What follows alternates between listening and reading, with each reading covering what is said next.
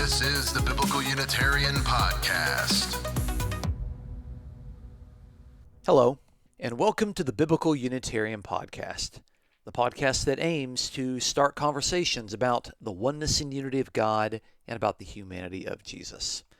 My name is Dustin Smith, and as always, I will be your host.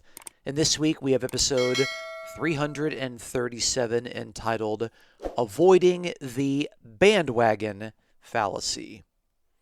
Yes, we're continuing our ongoing study of logical fallacies and how you can avoid them. In our previous two episodes, we examined in detail the straw man fallacy and the moving the goalpost fallacy. So this week's episode, as I've already indicated, will examine the common logical fallacy that is called the bandwagon fallacy. Now, the bandwagon fallacy is often used in arguments that are supposed to be logical arguments, but this is committed when somebody appeals to the popularity of a particular idea rather than the evidence or reason. So that's the key thing. They're simply pointing to the fact that a particular position or idea is popular to the neglect of the actual evidence or reasons why that position is popular. So, what are some common bandwagon fallacies that take place in our culture today? How can we identify when we and others actually commit the bandwagon fallacy? Why is it that the bandwagon fallacy is unhelpful in dialogues about understanding God and Jesus? And how should we debate theology without falling prey to jumping on the bandwagon? Let's find out on this week's episode of the Biblical Unitarian Podcast. Our first point today is defining the bandwagon fallacy. So as I mentioned before, the bandwagon fallacy, which is also known in Latin as the argumentum ad populum, occurs when someone argues that a belief or position is correct simply because it is popular or widely accepted. And they would make this particular argument while ignoring the evidence or the reasons as to why it has become popular. So let's talk about some common bandwagon fallacies that occur in our culture before we actually move and look at the examples of this particular fallacy in debating about God and Christ. So there are certain things that are trendy in fashion, and someone might make the argument that everyone is wearing this particular brand of shoes, everyone is wearing Nike, so they must be the best. But their argument is just simply pointing to the fact that everyone is wearing this particular brand. And of course, by saying everyone, they're already exaggerating because not every single person is doing that. But most people are wearing a particular brand, so it must be the best brand. But they're not giving any evidence. They're not looking at any data. They're not making any logical arguments. They're just simply appealing to the fact that most people have jumped on the bandwagon. Another one is looking at particular political opinions. So most people support this particular candidate, so this candidate must be the right choice. This, of course, is very timely because there are a lot of elections that are taking place all over the world here in 2024, but simply pointing to the popularity of a particular candidate doesn't mean the candidate is the right choice. That might be the right choice, but simply pointing to popularity is not enough to make a logical argument. What about particular products that we consume on an everyday basis? So you could look on Amazon, you could see this particular product has 1 million positive reviews, so it must be the best product on the market. Well, just because 1 million reviews are posted on it doesn't actually make it the best. It just means that there are 1 million reviews. You don't even know if there are 1 million people that did that. It could be a bunch of bots that have put in positive reviews on this particular product. Now, there might be some good reasons as to why people are doing that, but simply pointing to the number of people that are saying that it is a good product is not enough to make a logical argument. What about a particular behavior? Everyone is skipping class at school, so it must be okay if I do the same. Well, again, just because everyone is doing it doesn't make it right. If there are other reasons as to why you should skip class, give those reasons. Make a logical argument. But simply pointing to the fact that everyone is doing it is not a logical argument. It is a logical fallacy. What about preferences in technology? Most people are using the iPhone, so that must be the best smartphone.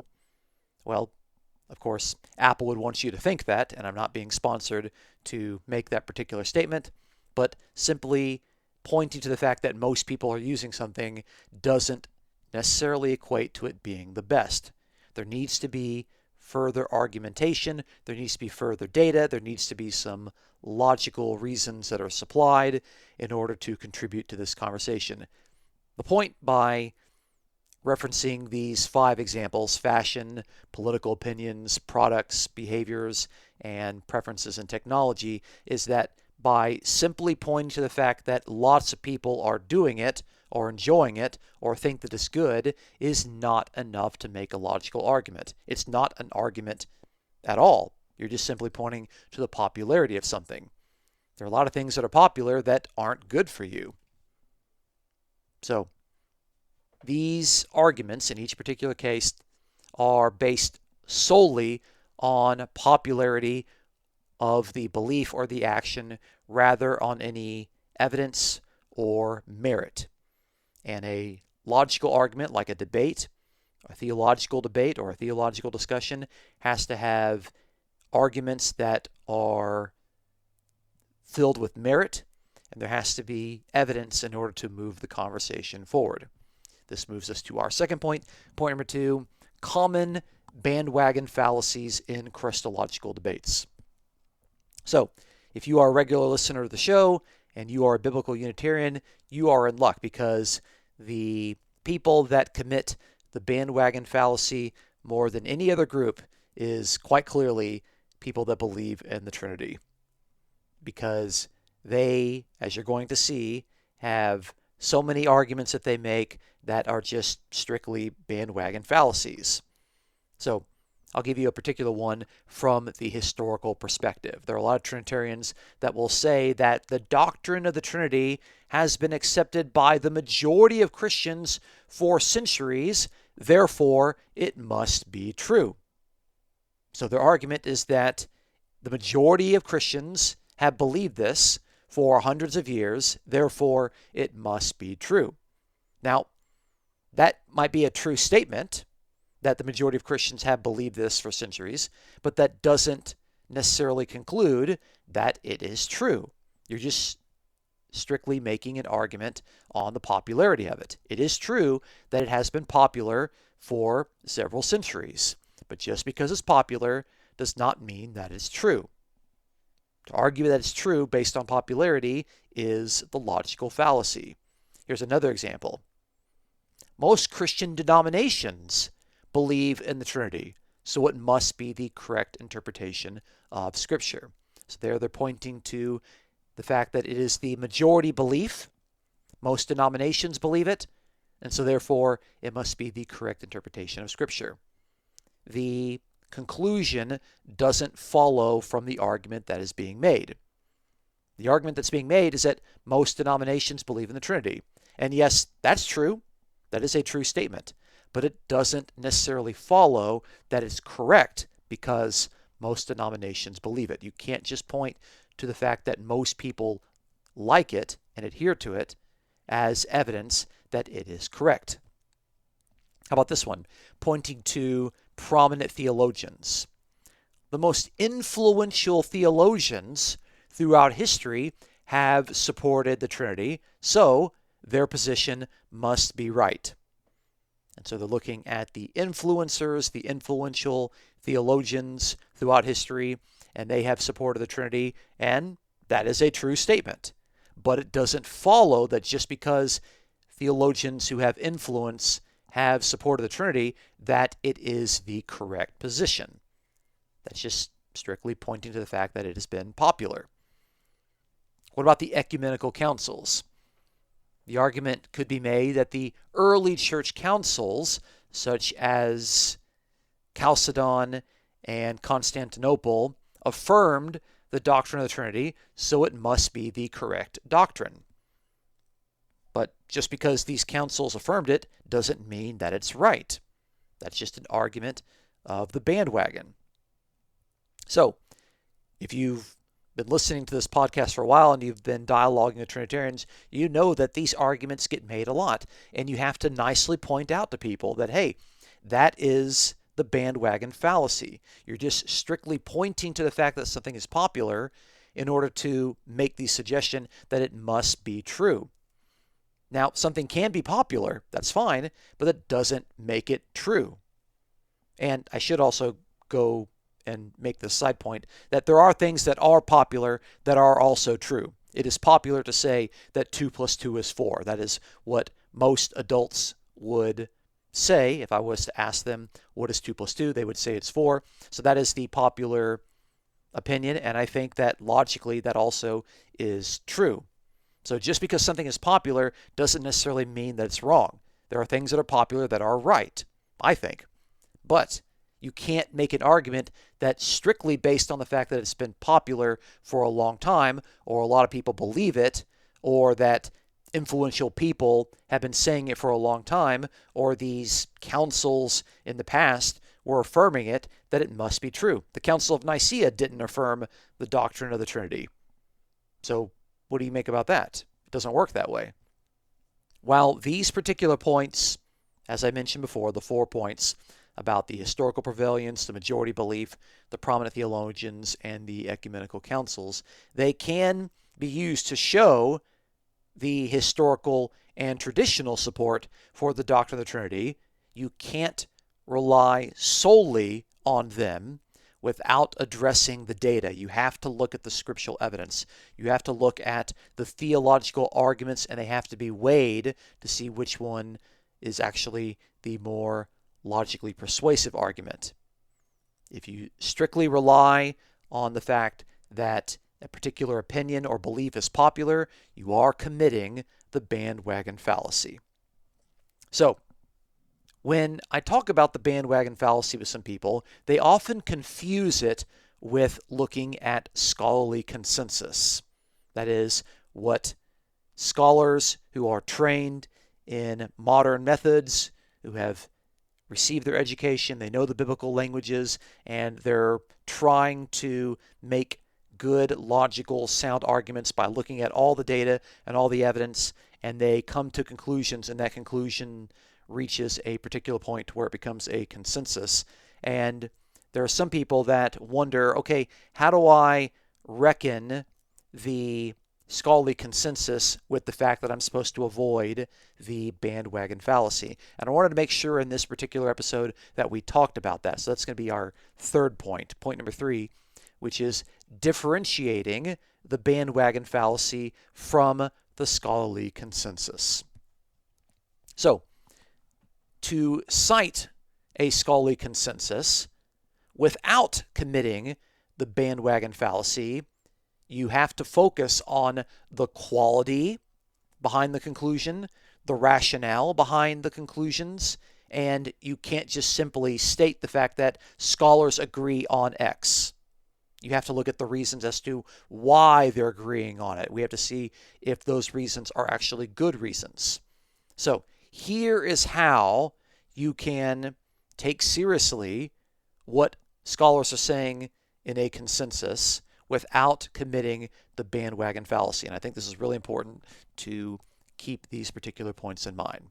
So we have to look at the basis for the scholarly consensus, which means you have to look at the evidence, the particular reasoning that is taking place in that particular argument. We have to look at the methodologies that the scholars are using, and we have to see how these 3 things, the evidence, the reason, and the methodologies, have actually led scholars to their conclusion. And this is going to show that the consensus is actually based on sound research and critical analysis. That's not just based on popularity. So that's important. Again, if you're just going to point to popularity, then that's the bandwagon fallacy. But something can be popular and also right if you're also looking at the data, if you're looking at the critical analysis, and you are looking at the research that is methodically taken. When you're looking at the scholarly consensus, you should also look at the particular reference works that they're citing. When scholars reach a scholarly consensus, they are going to be very, very careful to cite specific studies and books and articles and papers delivered at conferences in order to show their arguments and show their evidence. And by looking at these reference works, this is going to show you how the scholarly consensus allows anyone else to look at it, to review the sources and better understand the basis for the consensus. They're showing their evidence, they're showing their work, and they are documenting that by referencing them. Now, it's also important to note that there is a level of expertise by scholars, and when a bunch of experts get together and they reach a particular consensus, then this means something. And the expertise, of course, is based on their qualifications and the skill sets that they have achieved. And when you're talking about scholarly consensus, you can talk about the background of the education that these scholars have, the specializations that they have that help to contribute to the reliability of their conclusions. When someone wants to make an argument on the meaning of a bunch of Hebrew words, but they've never taken any Hebrew courses, they've never sat in a class and learned the Hebrew alphabet, then I don't know if they're very reliable in the arguments that they're making. Now, when scholars arrive at a consensus, they also deeply consider the counter-arguments, and they acknowledge those counter-arguments. So we need to be able to recognize that there are opposing views in pretty much any sort of discussion, and instead of ignoring those counter-arguments, the scholars that arrive at a consensus are going to acknowledge them, and they're going to address the counter-arguments, and they're going to explain why the particular consensus that they have arrived at is more convincing in light of the available evidence and arguments than the counter-arguments that are often brought forward. So they're dealing with the evidence, they're dealing with the arguments, they're not running from them, they're not hiding from them, they're acknowledging them. Now, the scholarly consensus is never going to be something that's going to settle a particular argument. It is actually one piece of the larger puzzle.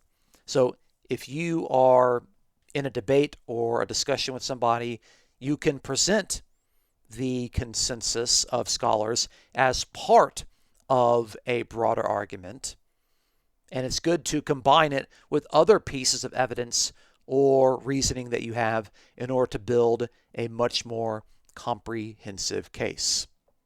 And when you present the scholarly consensus in this particular manner, you are able to demonstrate that it's supported by strong evidence, by reason, by analysis, and that you're not just simply appealing to its popularity.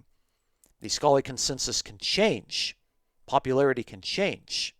So this is why it's important to make a distinction between simply pointing to the fact that something is popular and also looking at the reasons and the evidence and the arguments that have led to something becoming popular among the scholarly community. So I do think a scholarly consensus is a good thing, and we should not confuse that with the bandwagon fallacy, which is a bad thing.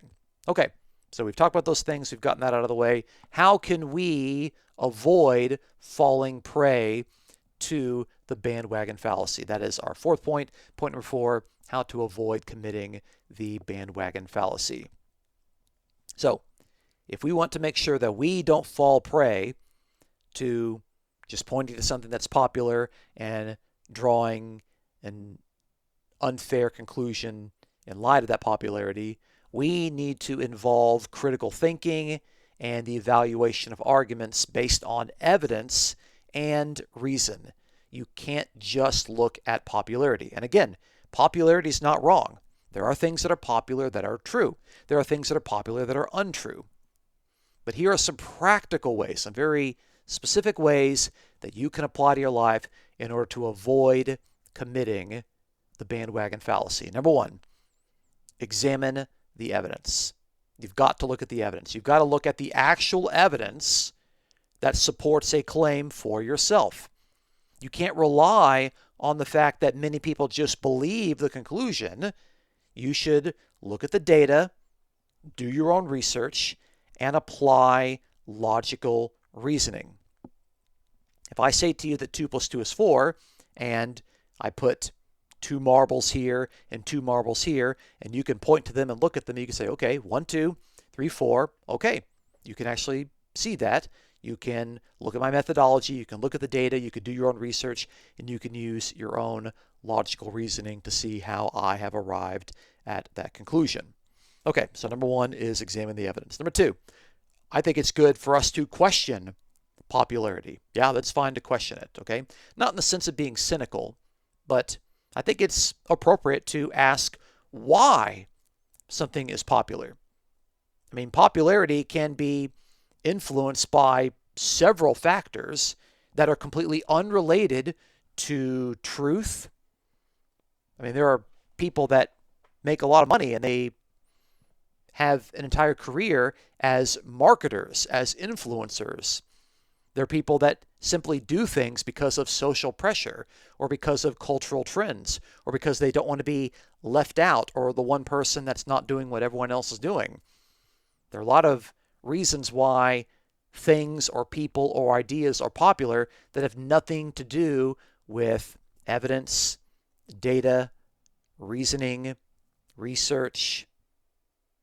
So it's important to question why something is popular. Again, it's possible for something to be popular and true. It's also possible for something to be popular and untrue.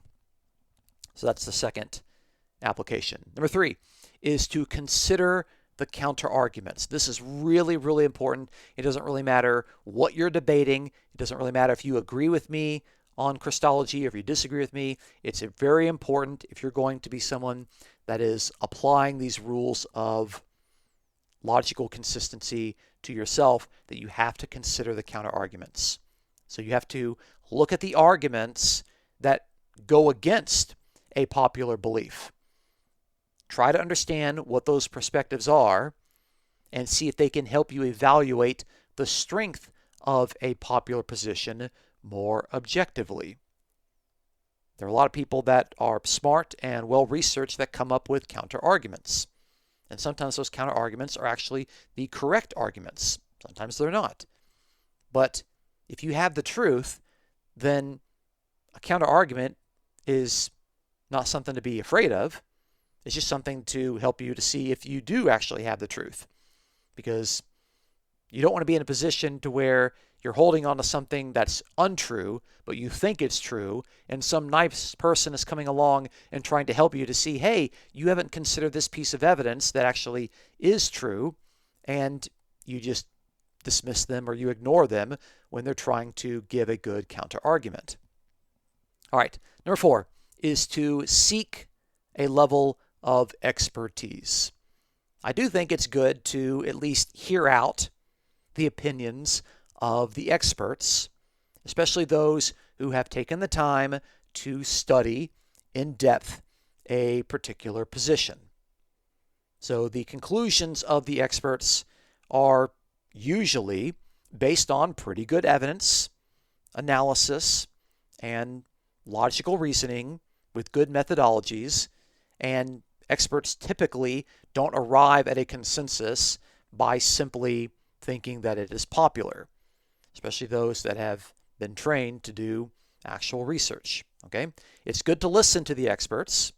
You don't have to just follow them because they're experts. That's not helpful. That's an entire other fallacy that we'll look at next week. But we should hear what the people with the PhDs and the MDs have to say and look at why they have arrived at that particular position and conclusion and see if that actually makes better sense than just simply appealing to popularity. Number 5 is that you need to have the ability to do your own independent thinking.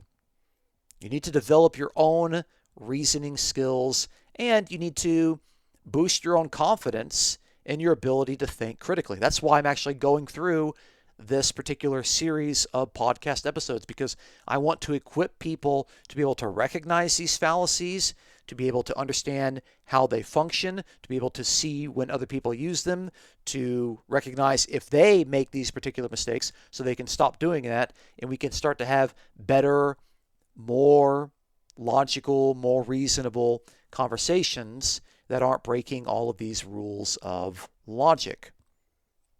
So, develop your own ability to reason and think critically. Don't be swayed by the popularity if the evidence doesn't support their position.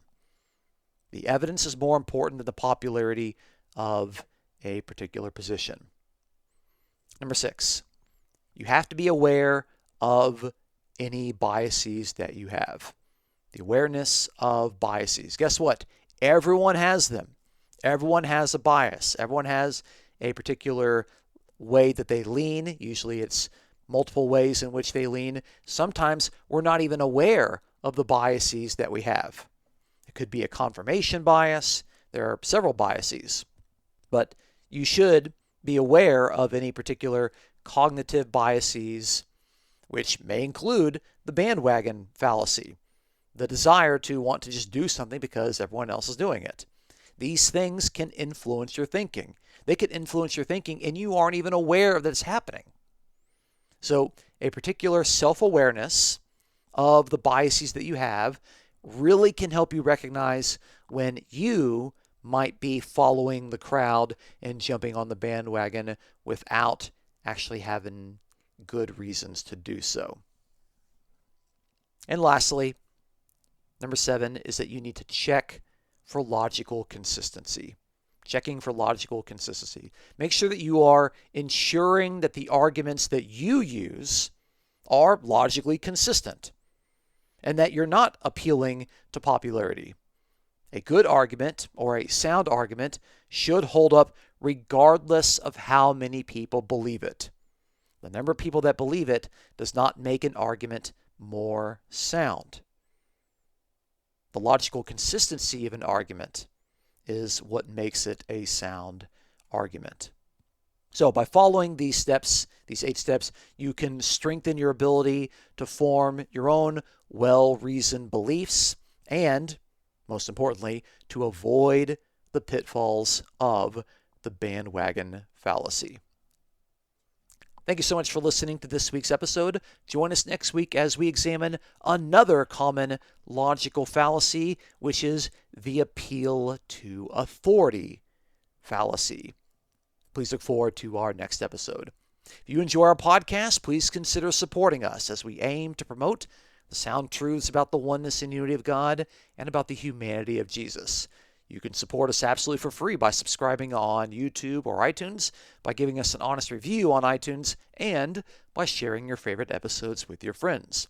If you'd like to offer a financial donation, please check out the episode's description for a link to PayPal. The Biblical Unitarian Podcast is produced and edited by Dustin Williams. I am Dustin Smith, your host. Until next time, please take care.